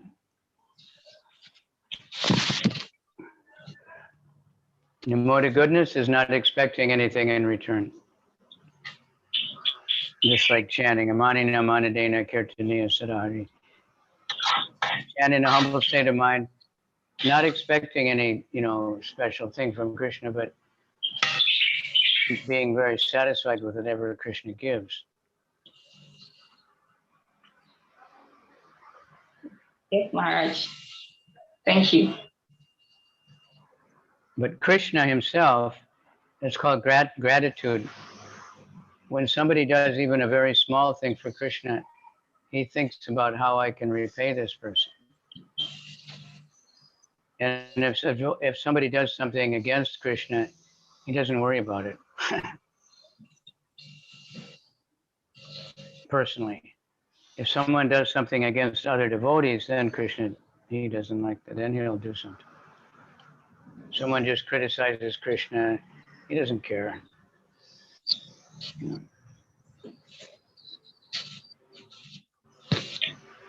Maharaj, thank you. Okay, so I don't know exactly where we left off. Maharaj Krishna. Yeah. Because I also want to ask a question, something similar to what my dear sister just asked. By what we just read, accepting charity, giving gift in charity, and accepting a charitable gift. So those of us who are in part of the Krishna conscious movement, we still have parents who are not, or brothers or families who are not devotees. Probably somewhere during Christmas, some of them may decide to visit you, and then they come with certain items, like maybe they will buy you rice, thinking in Christmas they will buy you rice, some sardines and tuna and all those stuff and bring it to you. Something like a gift for Christmas. Well, you knowing nice. well that you don't eat, you knowing what I don't eat anything meat, fish or egg. When they bring those things, do you have to tell them, oh, unfortunately, I don't take these things anymore? Or do you accept it and give to somebody who takes those things? What do you go about this, Hare Krishna? What was the last part of your question? You started mumbling. I'm asking that when such gifts are brought to us, like they buy rice, sardines and tuna packages, they bring to us in the name of Christmas, without any premonition that we don't eat anything like this. You as a devotee, when such things are brought to you, do you tell the person that, oh, thank you for bringing me this gift, but unfortunately I can't accept this because of the content? Or you just accept it to please the person that the gift that he brought you, accepted it, and then later give it out to a kami? How do you go about a situation like this? Well, what I thought you said they give things like rice. I mean, what are they giving? They add a package of sardines and tuna, items that contain fish or certain product that we do not take as devotees. Do you tell the person in the first?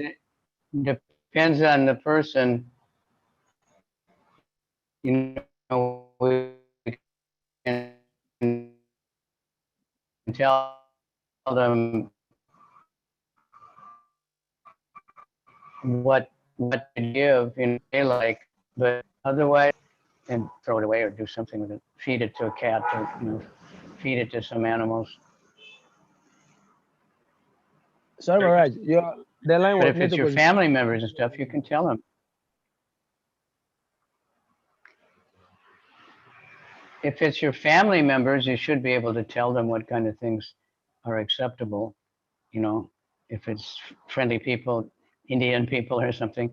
But, you know, if it's just somebody that somehow wants to give you something, that people Let them sometimes take it feel back. like that about devotees.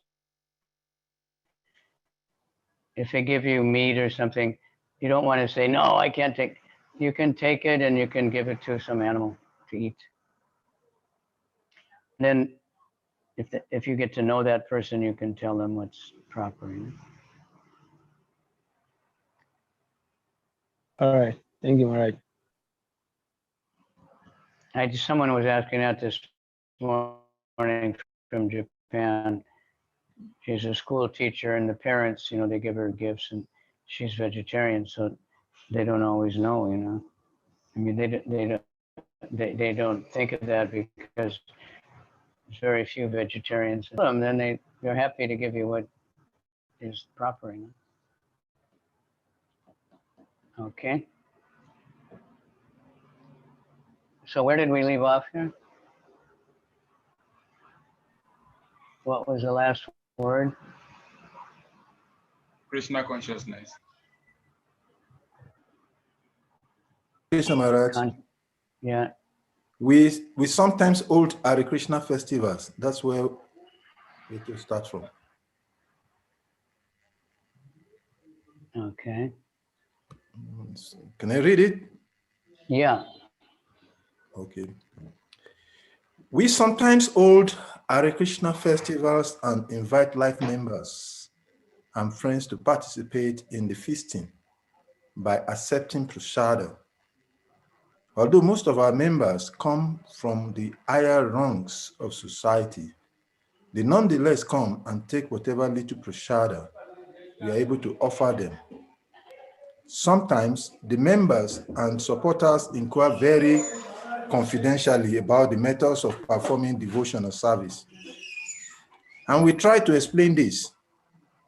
In this way, our society is successfully spreading all over the world, and the intelligentsia of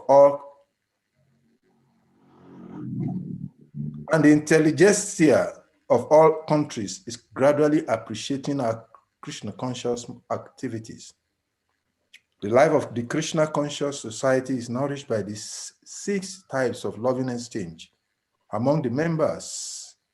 Therefore, people must be given the chance to associate with the devotees of ISKCON, because simply by reciprocating in these 6 ways mentioned above, an ordinary man can fully revive his dormant Krishna consciousness. In the Bhagavad Gita 262, it is stated, Sangat Sanjayate Karma. One's desire and ambitions develop according to the company one keeps. It is often said that a man is known by his company. And if an ordinary man associates with devotees, he will certainly develop his dormant Krishna consciousness. The understanding of Krishna consciousness is innate in every living entity. And it is already developed to some extent when the living entity takes a human body. It is said in the Chaitanya Charitamrita, Madhya Lila 22, 2nd chapter, verse 107. Nitya Siddha Krishna Prema Sadhya Kadu Onayaha Sravanam Sudha Shitekara Ye E Udaya. Pure love for Krishna is eternally established in the hearts of living entities. It is not something to be gained from another source. Can I continue, Maharaj? Yes. Unless When somebody wants to say something. Okay. So when the heart is purified by hearing and chanting, the living entity naturally awakens. Since Krishna consciousness is inherent in every living entity, everyone should be given a chance to hear about Krishna. Simply by hearing and chanting, Sravanam Kirtanam, one's heart is directly purified. And once original Krishna consciousness is intimately awakened, Krishna consciousness is not artificially imposed upon the earth. It is already there. When one chants the holy name of the Supreme Personality of Godhead, the earth is cleansed of all mundane contamination. And the first stanza of is Sri Shastaka. Lord Chaitanya Mahaprabhu says, Chaito Darpanam Majanam Bhava Mahadavagni Nerevapanam Sriya Kairava Chandrika Vitaranam Vidya Vadu Ujivanam Ananda Buddhi Valdanam Pratipadam Punamista Swadanam Sarvatma Snapanam Param Vijayate Sri Krishna Sankirtanam. All glory is to the Sri Krishna Sankirtan, which cleanses the earth of all the dust accumulated condition of life, of repeated birth and death. This Sankirtan movement is the prime benediction for humanity at large because it spreads the rays of the benediction moon. It is the life of all transcendental knowledge. It increases the ocean of transcendental bliss, and it enables us to fully taste the nectar for which we are always anxious.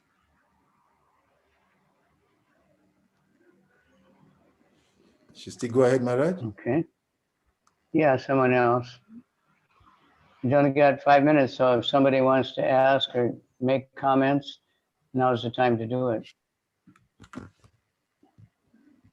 Hare Krishna Maharaj. I just want to share a very funny scene that happened during this last year Christmas. Now, I also live very far from home in Accra.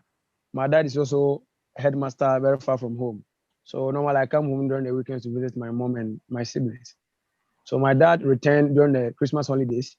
And then I thought it wise, since the whole family were meeting during Christmas holidays, I should organize something like a small party. So I invited some few devotees from the temple. And then I made some prashadam to prepare from the temple. And they also cooked some vegetarian dishes here in home. Then the prashadam was brought to the house from the temple. In the evening, I invited my mommy's friends and my daddy's friends for us to have association. Knowing where I have devotees with me, we'll be engaged in talking about ISKCON and other stuff, and people will be attracted. There was one lady who stays in the same house with my mom. So she was not ready to taste any of our prashadam. I went to her and I asked why she was not eating. She said she's okay. So later after the program in the night, my cousin came to me and told me the woman actually came to her and told her that the devotees that came there with their silka and the way they were dressed, she was afraid. So she was concluding that I've gone in to take blood money. Therefore, it is part of the money that I'm using to prepare food for them, so that when they eat, I can make sacrifices out of them. It was somehow funny, but I just felt like it is not an offense on my side because I had a clear mind that the intention was to have people to get a feel of our prashadam and even have an association with us. So even in the quest to even help other people to understand this Krishna consciousness movement, one way or the other, they feel like to be committing certain little offenses. I think we as devotees, we will have to have the time to understand where they are coming from, and then the way they wouldn't take it very easy. Because something new is always something like a wonderful stuff to another person. So I had this funny experience. I just feel like it go on around us, especially when we join the Krishna consciousness movement. So as devotees, you have to watch out for what other people will think about us. Hare Krishna. Okay, now is Rati Devi and we are just coming now, or what? Or were you watching on YouTube? Or, I didn't see you before there. Anyway, thank you. That's why we have to meet people and talk to them, because people very much judge by looks and something they haven't seen before they think is crazy. Other people are much different, Like when I met Charlie Boy's father, he looked at my tilak. He said, "Oh yeah, we have like that." And he was pointing out something in their tradition that had something like tilak. And I think he said, like when he first saw me, he said, "I love Gandhi," So there's different kinds of people, I went to a university. It was in Enugu, that African Thinking College. and it was an adult class in the summertime. So after I spoke, the first lady said, well, I'm so glad I met you people, because I always thought the way you look and stuff, you must be something weird and not Christian. And now I see that you're really nice and you have, you're really spiritual and everything. And just by hearing devotees talk, So this is very important. Charlie Boy told me, you guys, you have to get out and meet people. You have to talk to people. You have to let them know what you're doing. You have to let them know that you're good people, because they're judging by looks. And they have no idea what, about things. Okay? So it's good. Feed them nicely. People are getting more and more willing to take.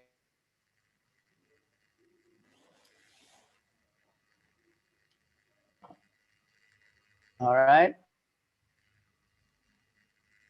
Hare Krishna Maharaj. A couple minutes. Dhanyavad Yeah. Pranam Who's Maharaj. that? Maharaj, I have a question. Rati Devidasi. I have a question, Maharaj. Okay. Yeah, Yes. Maharaj, my question is, I have a Christian friend. The husband is a pastor.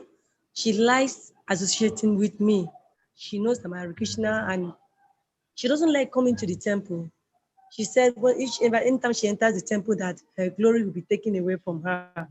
But the funniest thing is that each time I make prasadam or I have any prasadam I take to her, she will accept it. But she doesn't like to associate with devotees. So Maharaj, should I discontinue going to her, or I don't know how to, because I've been trying giving her books to, she doesn't want to read, she doesn't want to know anything about Krishna, but she likes taking prasadam. Yeah, well, that's very good. That's why there's so much stress on prasadam. It's our secret weapon. Like many temples have restaurants. And after many years, they've seen, and people will say, no, I don't like the Hare Krishna, but I like their food, I just go for the food. I don't go to the, but after many years, they become devotees, actually, eating prasadam regularly. It's very powerful. So that's our main, that's why I'm telling everybody prasadam distribution. It's not only to make friends with the Indian people and get some donations, that's also a side benefit. But the real benefit is that people are eating prasadam. And by eating prasadam, they're getting Krishna inside, And usually when we do prasadam distribution, we're chanting also.